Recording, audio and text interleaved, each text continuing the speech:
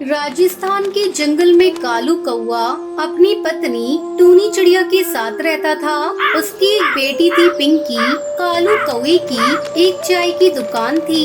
एक दिन टूनी चिड़िया कालू कौवे से कहती है, सुनते हो जी, अपनी पिंकी 5 साल की हो गई है। इसका दाखिला किसी स्कूल में करा दो। दिन भर शैतानी करती रहती है, मुझे भी घर का काम करने नहीं देती। स्कूल जाएगी तो कुछ पढ़ना लिखना सीखेगी। अच्छा, तुम कहती हो तो मैं सरकारी स्कूल में पिंकी का दाखिला करा देता हूँ। अगले दिन पिंकी चिड़िया का दाखिला स्कूल में हो जाता है और वो स्कूल जाना शुरू कर देती है।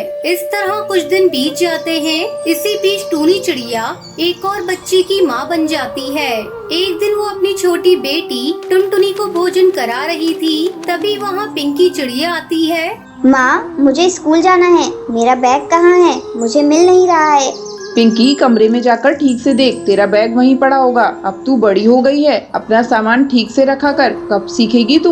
टूनी टुनटुनी चिड़िया को वहीं छोड़कर पिंकी का बैग देने कमरे में जाती है। ये देख, यहाँ सामने ही तो तेरा बैग पड़ा है और तू मुझे जानबूझकर तंग करती है। तुझे पता है ना, तेरी बहन अभी छोटी है, मुझे उसकी देखभाल करनी जरूरी है। माँ, जब से टुनटुनी इस घर में आई है, तुम केवल टुनटुनी से ही प्यार करती हो। तुम्हें तो मेरी कोई परवाह नहीं। अरे तू ये कैसी बातें कर रही है? वो तेरी छोटी बहन है। चल अब जल्दी से स्कूल जा।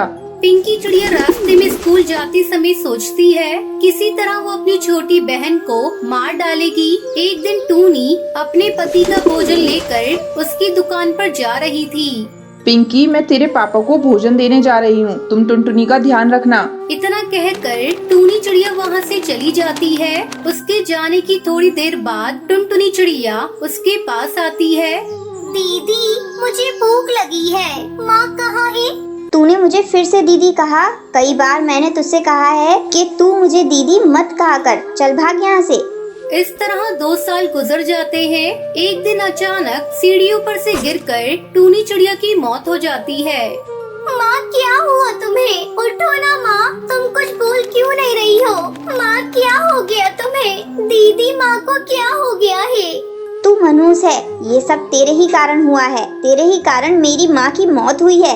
इतना कहकर पिंकी अपनी बहन टुनटुनी को जोर जोर से पीटने लगती है। आज मैं तुझे जिंदा नहीं छोड़ूंगी। मैं तुझे आज मार डालूंगी। पिंकी, तू इस नन्ही जान को क्यों पीट रही है? इसमें इसकी क्या गलती? सब इसी की गलती है। इसी के चलते माँ की मौत हो गई। कुछ दिनों बाद कालू टुनटुनी चिड़िया का भी दाखिला पिंकी के स्कूल में करवा देता है। दोनों बहनें अब साथ ही स्कूल जाने लगती हैं। पिंकी चिड़िया अब भी उससे बहुत नफरत करती थी। एक दिन जब पिंकी स्कूल जा रही थी, तब एक चील उस पर हमला कर देता है। अपनी जान पर खेलकर टुनटुनी पिंकी की जान बचाती है।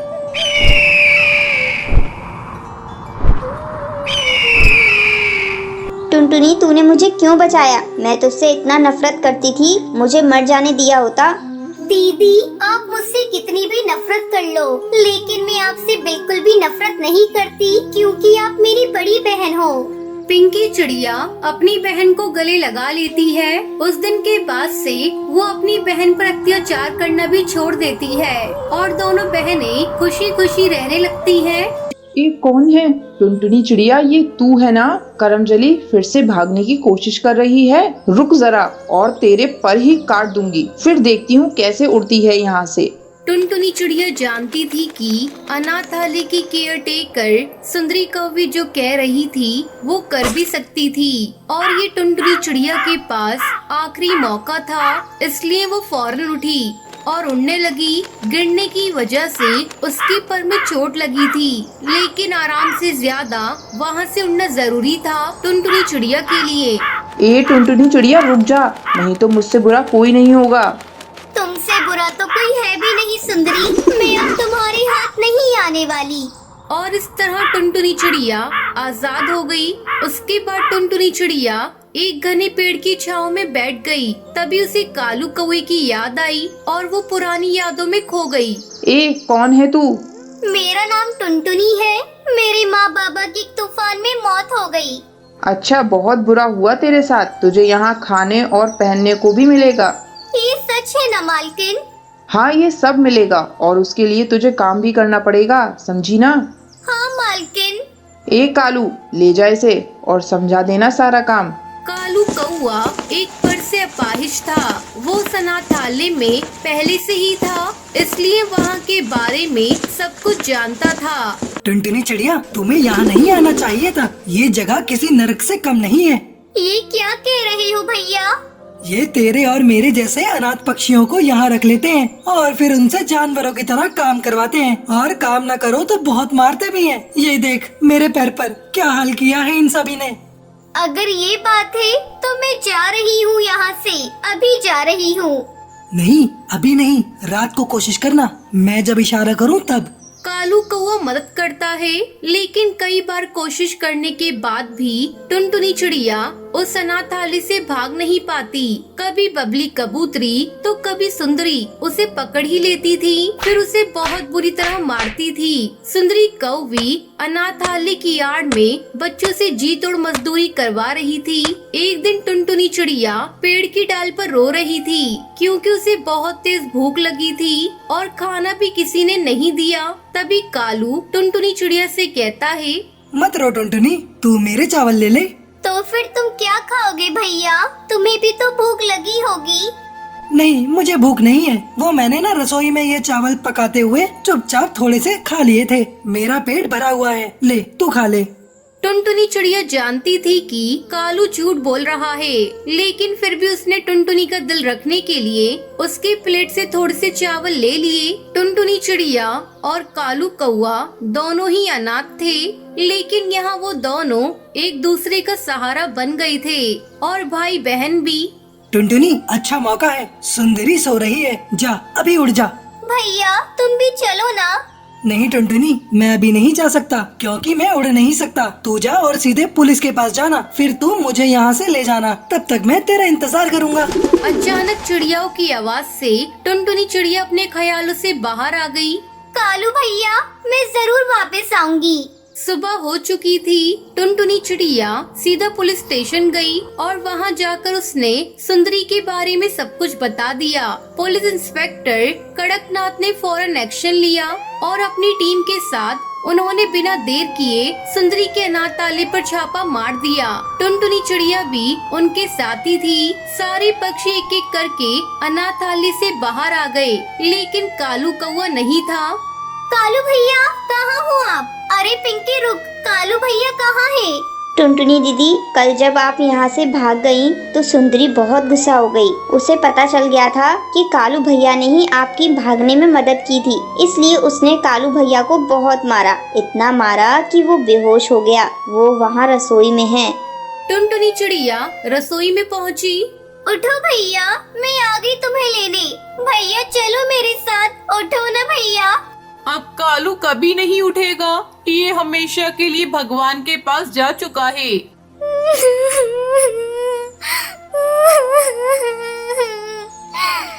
उस दिन टुनटुनी चिड़िया इतना रोई जितना शायद अपने माँ बाप की मौत पर भी नहीं रोई थी। इंस्पेक्टर कड़कनाथ ने सुंदरी को गिरफ्तार कर लिया था। उन्हें उनके किए की सजा मिल गई। ऐसे ही कुछ समय बाद टुनटुनी चिड़िया काम की तलाश में निकल जाती है और जल्दी उसे एक ढाबे पर बर्तन धोने का काम मिल जाता है। और इस तरह टुनटुनी चिड़िया खूब मेहनत करती है और अपनी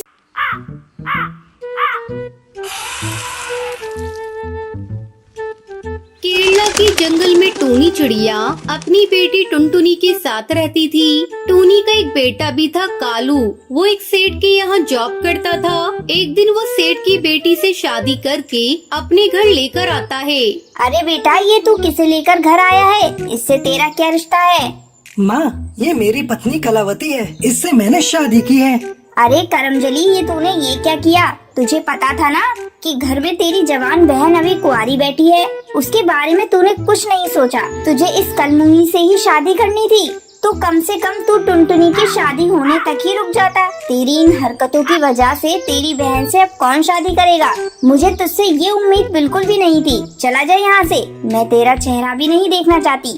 यहाँ रहने कौन आया है माँ जी? हमें तो मेरे पापा ने एक बहुत बड़ा घोंसला गिफ्ट किया है, हम लोग वहीं रहेंगे। देख लिया ना, अपनी माँ को बड़ी अपनी माँ की तारीफ करते थे। मेरी माँ ऐसी है, मेरी माँ वैसी है, इनका असली चेहरा देख लिया ना, अब चलो यहाँ से। मैं इन लोगों के पास एक मिनट भी नहीं रुक सकती। हाँ हाँ चले जाओ, मुझे तुम्हारी कोई जरूरत नहीं। मैं समझ लूंगी, मेरी सिर्फ एक बेटी है। आज से तू मेरे लिए मर गया। माँ ऐसी बातें मत करो, एक न एक दिन भैया को अपनी भूल का एहसास जरूर होगा। बड़े आए थे माँ का आशीर्वाद लेने, मिल गया ना, अब चलो यहाँ से, मेरा यहाँ दम घुट रहा है। दोनों पति पत्नी वहाँ से चले जाते हैं। इस घटना के बाद से कालू कौआ अपनी माँ को घर खर्च के लिए पैसे देना बंद कर देता है। एक दिन टूनी चिड़िया टुनटुनी से कहती है, टुनटुनी बेटा, ये ले, मेरे पास थोड़े पैसे बचे हुए हैं, इनसे जाकर समोसा बनाने का सारा सामान खरीद कर ले आ। कल से मैं समोसे बनाकर बेचूंगी। घर का खर्च चलाने के लिए कुछ न कुछ तो करना ही पड़ेगा। अगले दिन से टूनी चिड़िया समोसे बनाकर बेचने लगती है, लेकिन टूनी चिड़िया के समोसे ज्यादा नहीं बिक पाते थे, क्योंकि आसपास में कई ठेले वाले समोसे बनाकर बेचते थे। टूनी चिड़िया का सारा पैसा खर्च हो गया। ऐसे में टुनटुनी चिड़िया एक दिन अपनी सहेली के घर जाती है। अरे दीदी, मैं बहुत मुसीबत में हूँ, तू मेरी मदद कर दे। कैसी मदद टुनटुनी, तू बोल तो सही, तेरे लिए मेरी जान भी हाजिर है। हरी, मुझे तुझसे कुछ रुपए उधार चाहिए, मैं जल्दी ही तुझे लौटा दूंगी। अच्छा तो ये बात है, मैं तुझे अभी रुपए देती हूँ, पहले ये खा और चक्कर बता कैसी बनी है। मैंने पहली बार रसोई में से बनाया है। टुनटुनी हरी तोती के बनाए हुए पिज्जा पराठा को खाती है। इसका स्वाद तो बहुत अच्छा है, मुझे इसकी रेसिपी बताना, मैं भी अपने घर जाकर बनाऊंगी। हरी तोती टुनटुनी को पिज्जा पराठा बनाने की रेसिपी बता देती है। टुनटुनी उसी समय सोच लेती है कि अब से वो पिज्जा पराठा बनाकर बेचेगी। घर आते समय रास्ते में कुछ पिज्जा बेस के पैकेट खरीद लेती है। टुनटुनी, तू इतने सारे पिज्जा बेस का क्या करेगी? मम्मी, अब से हम लोग पिज्जा पराठा बनाकर बेचेंगे। लेकिन मुझे तो पिज्जा पराठा बनाना नहीं आता। माँ, मैं अभी अभी हरी तोती से पिज्जा पराठा बनाने की रेसिपी सीख कर आ रही हूँ। ठीक है बेटा, तू पिज्जा पराठा बनाकर देख ले, अगर अच्छी आमदनी होगी तो आगे से हम लोग पिज्जा पराठा ही बनाकर बेचेंगे। अगले दिन टुनटुनी अपने ठेले पर पिज्जा पराठा बनाने लगती है। सुबह से शाम हो जाती है, लेकिन कोई भी ग्राहक उसके ठेले पर नहीं आता। टुनटुनी और उसकी माँ निराश अपने ठेले के पास खड़े थे, तभी एक पक्षी उनके ठेले पर आता है। दीदी, एक गर्मा गर्म पिज्जा पराठा देना। टुनटुनी झटपट पिज्जा पराठा बनाकर उस पक्षी को देती है। वो चटकारे लेकर खाने लगता है। दोस्तों, जल्दी इधर आओ, यहाँ चटपटा पिज्जा पराठा मिल रहा है, मुझे तो बहुत पसंद आया। तुम लोग भी खाकर देखो। रोज रोज बिना मसाले वाले सादे समोसे खाकर हम लोग बोर हो गए थे। इस तरह टुनटुनी का पिज्जा पराठा काफी बिकने लगता है और जल्दी ही उनकी आर्थिक स्थिति ठीक हो जाती है। फिर दोनों माँ बेटी खुशी खुशी रहने लगती हैं।